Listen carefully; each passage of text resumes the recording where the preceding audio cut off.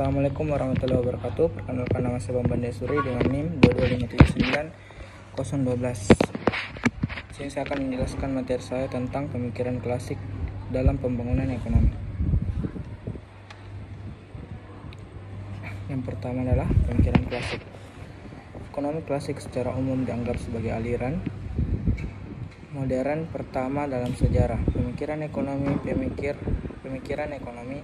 pemikir dan pengembang utama aliran ini antara lain adalah Adam Smith, Dean Bernstein, David Ricardo, Thomas Malthus, dan John Stuart Mill. Ekonomi klasik menyatakan bahwa pasar bebas akan mengatur dirinya sendiri jika tidak ada campur tangan dari pihak apapun. Adam Smith menyebutnya dengan metafora tangan tak terlihat yang akan menggerakkan pasar menuju keseimbangan alami mereka tanpa adanya campur tangan dari luar. The Wealth of Nations karya Adam Smith pada tahun 1776 dianggap sebagai penanda dimulainya era ekonomi klasik. Aliran ini mengemukan hingga pertengahan abad 19 dan kemudian digantikan oleh ekonomi non-klasik yang lahir di Britania Raya pada tahun 1870. Definisi ekonomi klasik diperdebatkan oleh sejumlah pakar, terutama pada periode 1830 sampai 1870-an dan keberlanjutannya ke ekonomi neoklasik. Istilah ekonomi klasik awalnya dicetuskan oleh Karl Marx untuk merujuk pada ekonomi Ricardian, aliran ekonomi yang dikembangkan oleh David Ricardo dan James Mill seperti pendahulunya. Namun pengguna istilah ini kemudian diperluas untuk merujuk pada semua pengikut Ricardo.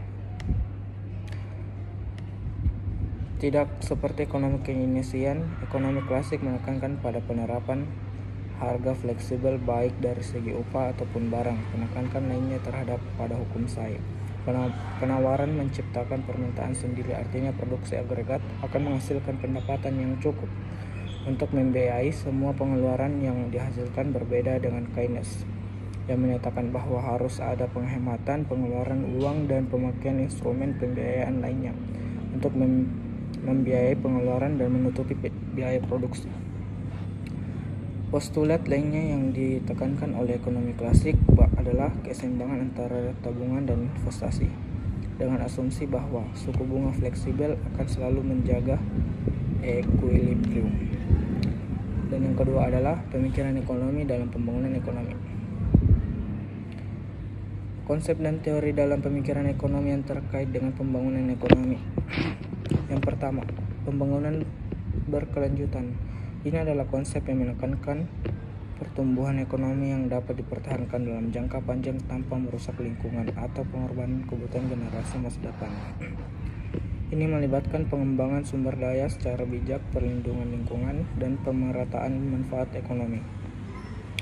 Dan yang kedua adalah industrialisasi, strategi pembangunan yang fokus pada pengembangan sektor industri sebagai motor pertumbuhan ekonomi. Ini melibatkan investasi dalam infrastruktur teknologi dan kebijakan yang mendukung pertumbuhan sektor manufaktur. Yang ketiga, pengentasan kemiskinan, upaya untuk mengurangi atau menghapus kemiskinan melalui kebijakan yang memperluas akses terhadap pendidikan, kesehatan, pekerjaan yang layak, dan pemberdayaan ekonomi bagi kelompok yang rentan. Dan yang keempat adalah distribusi pendapatan, fokus pada distribusi yang adil dan merata dari pendapatan dan kekayaan dalam masyarakat. Ini melibatkan kebijakan pajak, subsidi, dan program redistribusi lainnya. Dan yang kelima adalah pengembangan infrastruktur investasi. Investasi dalam infrastruktur fisik seperti jalan, jembatan, listrik, air bersih, dan telekomunikasi yang diperlukan untuk mendukung pertumbuhan ekonomi yang berkelanjutan. Yang pertama adalah pemikiran klasik. Ekonomi klasik secara umum dianggap sebagai aliran modern pertama dalam sejarah. Pemikiran ekonomi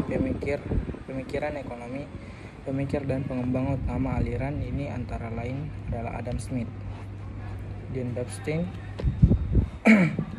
David Ricardo, Thomas Malthus, dan John Stuart Mill. Ekonomi klasik menyatakan bahwa pasar bebas akan mengatur dirinya sendiri jika tidak ada campur tangan dari pihak apapun. Adam Smith menyebutnya dengan metafora tangan tak terlihat yang akan menggerakkan pasar menuju keseimbangan alami mereka tanpa adanya campur tangan dari luar.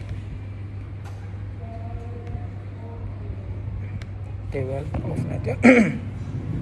Wealth of Nations karya Adam Smith pada tahun 1776 dianggap sebagai penanda dimulainya era ekonomi klasik.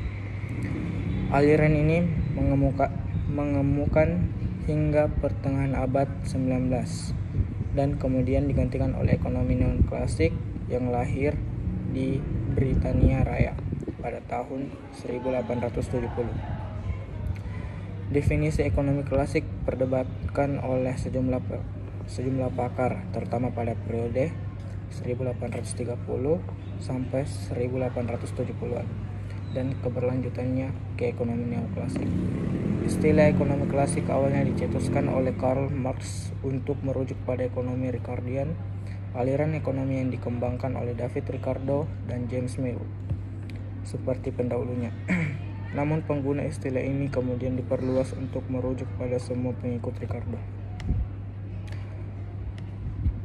Tidak seperti ekonomi Keynesian, ekonomi klasik menekankan pada penerapan harga fleksibel baik dari segi upah ataupun barang, penekankan lainnya terhadap pada hukum saing. Penawaran menciptakan permintaan sendiri, artinya produksi agregat akan menghasilkan pendapatan yang cukup untuk membiayai semua pengeluaran yang dihasilkan, berbeda dengan Keynes yang menyatakan bahwa harus ada penghematan pengeluaran uang dan pemakaian instrumen pembiayaan lainnya untuk membiayai pengeluaran dan menutupi biaya produksi. Postulat lainnya yang ditekankan oleh ekonomi klasik adalah keseimbangan antara tabungan dan investasi, dengan asumsi bahwa suku bunga fleksibel akan selalu menjaga equilibrium. Dan yang kedua adalah pemikiran ekonomi dalam pembangunan ekonomi. Konsep dan teori dalam pemikiran ekonomi yang terkait dengan pembangunan ekonomi. Yang pertama, pembangunan berkelanjutan. Ini adalah konsep yang menekankan pertumbuhan ekonomi yang dapat dipertahankan dalam jangka panjang tanpa merusak lingkungan atau pengorbanan kebutuhan generasi masa depan. Ini melibatkan pengembangan sumber daya secara bijak, perlindungan lingkungan, dan pemerataan manfaat ekonomi. Dan yang kedua adalah industrialisasi, strategi pembangunan yang fokus pada pengembangan sektor industri sebagai motor pertumbuhan ekonomi. Ini melibatkan investasi dalam infrastruktur teknologi dan kebijakan yang mendukung pertumbuhan sektor manufaktur. Yang ketiga, pengentasan kemiskinan, upaya untuk mengurangi atau menghapus kemiskinan melalui kebijakan yang memperluas akses terhadap pendidikan, kesehatan, pekerjaan yang layak, dan pemberdayaan ekonomi bagi kelompok yang rentan. Dan yang keempat adalah distribusi pendapatan, fokus pada distribusi yang adil dan merata dari pendapatan dan kekayaan dalam masyarakat. Ini melibatkan kebijakan pajak, subsidi, dan program restribusi lainnya. Dan yang kelima adalah pengembangan infrastruktur investasi.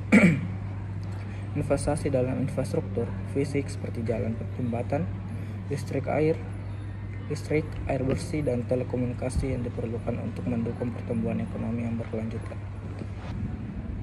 Yang ketiga, pengentasan kemiskinan, upaya untuk mengurangi atau menghapus kemiskinan melalui kebijakan yang memperluas akses terhadap pendidikan, kesehatan, pekerjaan yang layak, dan pemberdayaan ekonomi bagi kelompok yang rentan. Dan yang keempat adalah distribusi pendapatan, fokus pada distribusi yang adil dan merata dari pendapatan dan kekayaan dalam masyarakat. Ini melibatkan kebijakan pajak, subsidi, dan program restribusi lainnya. Dan yang kelima adalah pengembangan infrastruktur investasi. Investasi dalam infrastruktur fisik seperti jalan, jembatan, listrik, air listrik, air bersih, dan telekomunikasi yang diperlukan untuk mendukung pertumbuhan ekonomi yang berkelanjutan. Itulah yang dapat saya sampaikan dari materi saya hari ini. Assalamualaikum warahmatullahi wabarakatuh. Wassalamualaikum warahmatullahi wabarakatuh.